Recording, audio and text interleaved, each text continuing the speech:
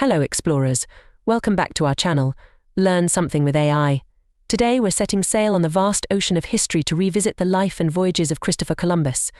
Don't forget to like, share and subscribe for more exciting historical journeys. Let's dive in. Christopher Columbus, born in 1451 in Genoa, Italy, was the son of a middle-class wool merchant. From a young age, he was drawn to the sea, and this passion led him to become a sailor. Columbus's early life is somewhat obscure, but it is believed he was well educated and studied literature, astronomy, cartography, and navigation.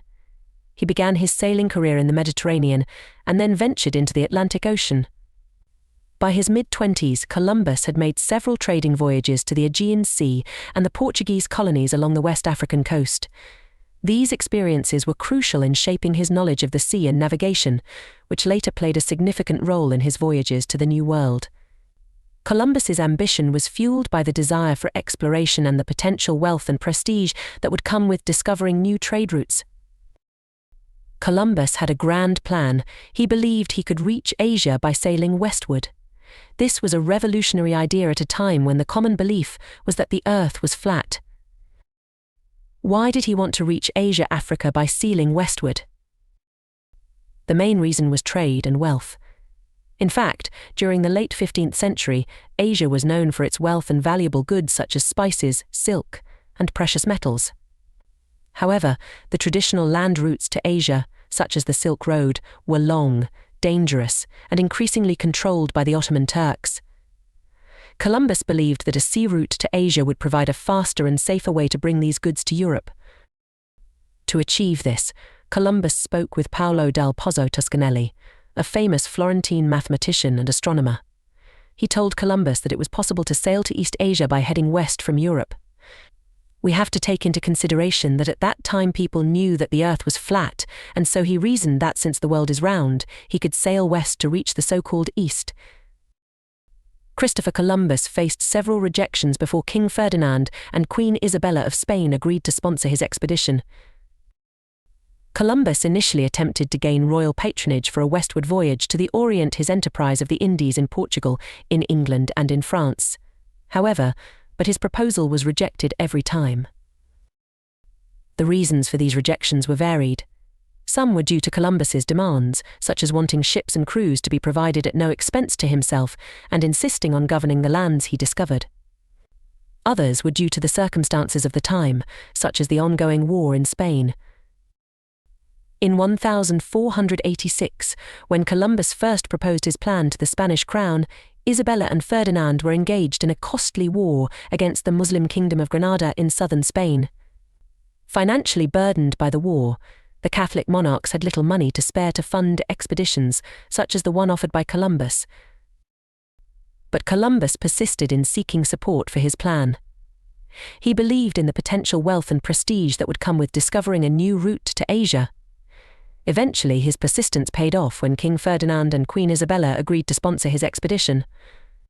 They promised to finance his voyage, but only after the last Moorish kingdom had been captured and Islam driven from their realm. And so, in August 1492, Columbus set sail with 3 ships, the Santa Maria, the Pinta and the Nina. During this expedition he had to face bad weather conditions, facing also periods with no wind for their sails, which could halt their progress. Columbus underestimated the journey and the crew had limited supplies. As a result, they faced starvation, dehydration, malnutrition, and they suffered from scurvy, a disease caused by a deficiency of vitamin C. The long journey led also to restlessness and homesickness among the crew. On October 12, 1492, after a long and perilous journey, Columbus and his crew sighted land. They had arrived in what we now know as the Bahamas, marking the discovery of the New World. When Columbus and his crew first arrived in the Americas, the indigenous Arawak people were initially curious and welcoming. They exchanged gifts with the Europeans, who they believed had come from the sky. The encounter between Columbus and the indigenous communities set the stage for a profound cultural exchange. This was marked by the sharing of traditions, ideas, and practices between the Old World and the New. But Columbus's interactions with the indigenous peoples were not always peaceful. There were instances of violence and the use of slavery. However, it's also noted that Columbus punished and even executed some of the settlers who went against his orders and abused the natives. Columbus and other Europeans also attempted to convert the indigenous peoples to Christianity. There is also another aspect that need to be taken into consideration. The arrival of the Europeans introduced new diseases to the indigenous peoples, which had dramatic long-term effects, bringing a lot of them also to death. After the first voyage, he made other 3 big expeditions in the Americas. The second voyage, 1493 to 1496, Columbus embarked on his second voyage in 1493 with a much larger fleet. This expedition led to the discovery of several islands in the Lesser Antilles and Puerto Rico. Third voyage, 1498 to 1500. On his third voyage in 1498, Columbus discovered the continent of South America. However, his governorship in Hispaniola was marked by colonist rebellions, and he was eventually arrested and sent back to Spain for trial. Fourth voyage, 1502 to 1504. Columbus's fourth and final voyage took place from 1502 to 1504. Despite facing numerous challenges, including shipwrecks and hostile natives, Columbus explored areas of Central America in a futile search for a strait connecting the Atlantic and Pacific Oceans. Christopher Columbus died on May 20, 1506. The cause of his death was heart failure. His condition was referred to as gout at the time, but modern doctors suspect that it was rather Reiter's syndrome, a reactive arthritis caused by bacterial intestinal infections or sexually transmitted diseases. He might have acquired this infection on one of his voyages due to food poisoning. His first gout attack happened when he was 41, and after that he struggled with fevers, prolonged gout attacks and bleeding from the eyes. This condition kept him bedridden for months at a time and caused his death, 14 years later. Columbus's voyages opened the way for widespread European exploration and the eventual conquest of the Americas. However, his actions also led to the enslavement and death of many native peoples, sparking controversy about his legacy.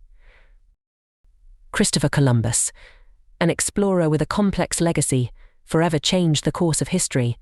That's all for today, explorers. Stay curious and keep exploring. Until next time. Thanks for watching. Don't forget to like, share, and subscribe. Hit the bell icon for notifications on our latest videos. See you on our next historical adventure.